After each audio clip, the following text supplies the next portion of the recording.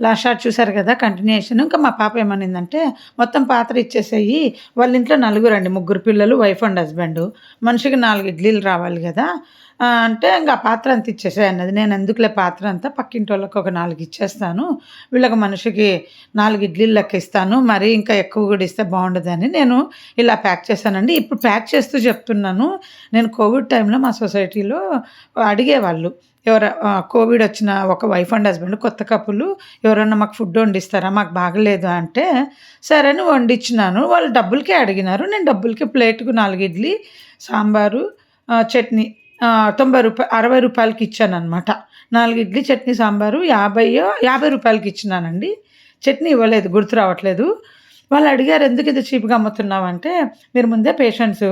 ఇప్పుడు మీకోసం నేను ఎక్కువ తీసుకున్నాననుకో, మీరు ముందే మీకు ట్రీట్మెంట్‌కు దానికి డబ్బులు ఖర్చవుతున్నాయి. మళ్ళీ ఇదొకటి మీకు మనసుకు బాధేస్తది అన్నా.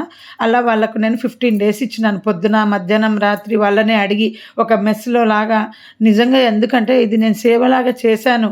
ఆ రోజు ఎవ్వరు చేయడానికి రెడీ లేరు. మా ఆయన పోయి డోర్ ముందర పెట్టొచ్చేవాడు. సో, కానీ వాళ్ళు డబ్బుకు తీసుకున్నందుకు వాళ్ళు ఎలా ఆలోచించారంటే, బిజినెస్ అని చూసారే తప్ప, మేము అడుగుతానే మాకు చేసిచ్చినారని మాత్రం ఆలోచించలే. కనీసం ఒక థాంక్స్ చెప్పలే. 15 డేస్ తర్వాత. అలా ఉంటారు ఇక్కడ నార్త్ ఇండియన్స్. మనం డబ్బుకు చేస్తే వాల్యూ ఇవ్వరండి. ఇప్పుడు వీళ్ళకు ఫ్రీగా ఇచ్చినాను గదా! ఫ్రీగా చేస్తే కూడా వాల్యూ ఉండదు. ఇక్కడ వాళ్ళని ఎక్కడ పెట్టుకోవాలో అక్కడ పెట్టుకోవాలని చెప్తున్నా. వాళ్ళేం చేశారంటే, ఇదొద్దంట మా పాప తీసుకపోయి అదే పనిగా ఇచ్చొచ్చింది నిన్న. ఇచ్చేసొస్తే మాకు రైస్ ఇడ్లీ కావాలంట. ఇది ఇష్టముండదు రైస్ ఇడ్లీ. సర్లే సమ్మర్‌లో రైస్ ఇడ్లీ తెప్పించుకుంటాం నీ చేతని. మా పాప వాళ్ళ ఇంట్లో ఏమి భోజనం చేయదు. పోయినప్పుడు ఏదో ఒకటి ఉంటే తిండి పెడతారు. పోతది, వస్తది. వాళ్ళ ఫ్రెండ్ ఒక్కతి రాలేదిక్కడికి. మా పాప బైకేసుకొని ఎళ్తదనమాట. బట్ ఏందంటే ఆ పాప కార్ డ్రైవ్ వచ్చు, అన్నీ వచ్చు. అయినా రాదు. మా పాప గూడా వద్దంటది. ఎందుకు మన ఇంటికి ఎంటర్‌టైన్ చేయడం అవసరం లేదు. ఇంతకుముందు ఫ్రెండ్స్‌ని ఇంటికి తెచ్చుకొని వాళ్ళతో నువ్వు ఫ్రెండ్‌షిప్ పెంచుకొని, బిజినెస్‌లు చేసుకొని అంత నష్టపోయినావు. ఇంకా చాలు వద్దు అనేసి మా పిల్లలు ఒప్పుకోరనమాట.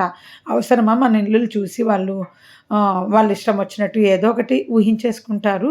మనం ఏంటి అనేది నేనే పోతుంటా, వస్తుంటా అని. ఇంకా ఆవిడ ఏం చేసింది తెలుసా? నెక్స్ట్ దాంట్లో చూపిస్తాను. మీ అమ్మకు చోలే తీసుకపో అని చోలే ఇచ్చిందనమాట. హోటల్ నుండి పొద్దున్న బ్రేక్‌ఫాస్ట్‌కి తెచ్చుకున్నారు. చోలే ప్యాకెట్ మిగిలితే అది అట్లాగే డబ్బాలో పెట్టి, "వద్దా ఆంటీ మేము తినము" అంటే, "మీ అమ్మ రోటీలు చేసుకొని ఏదో ఒకటి తింటది. తీసుకపో" అని ఇస్తే తెస్తానని నేను డస్ట్‌బిన్‌లో ఏసినా. నెక్స్ట్ షాట్‌లో చూడండి ఎంత చోలే ఇచ్చిందని. అందుకనే అండి ఇక్కడ ఎవ్వరితో మాట్లాడము. మన వాల్యూ నిలబెట్టుకోవాలి. ఏరియాని బట్టి మనం బ్రతకాలి.